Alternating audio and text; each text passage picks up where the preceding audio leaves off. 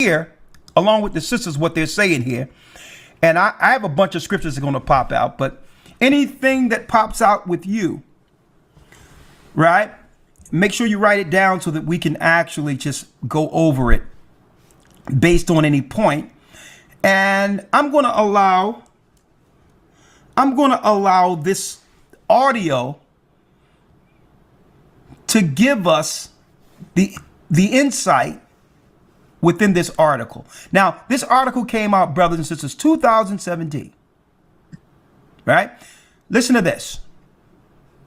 They wrote a journal on the awakening. The Origin and Insufficiency of the Black Hebrew Israelite Movement by Jimmy Butts, read by Christina Wintersteller. Synopsis. Similar to the early church, African American Christianity historically has focused more on survival in the midst of persecution and oppression rather than systematizing doctrine.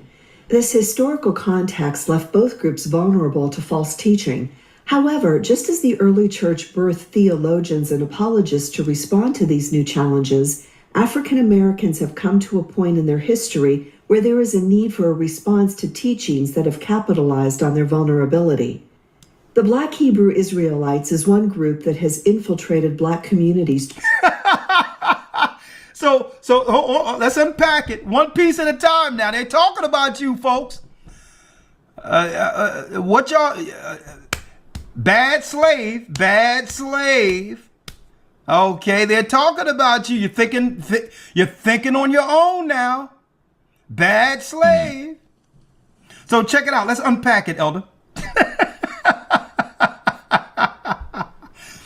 Similar to the early church, African American Christianity historically has focused more on survival in the midst of persecution and oppression rather than systematizing doctrine. This historical context left both groups vulnerable to false teaching. However, just as the early church birthed theologians and apologetics to respond to these new challenges, so why does the apologetics exist, folks? To keep the slave pastors in order.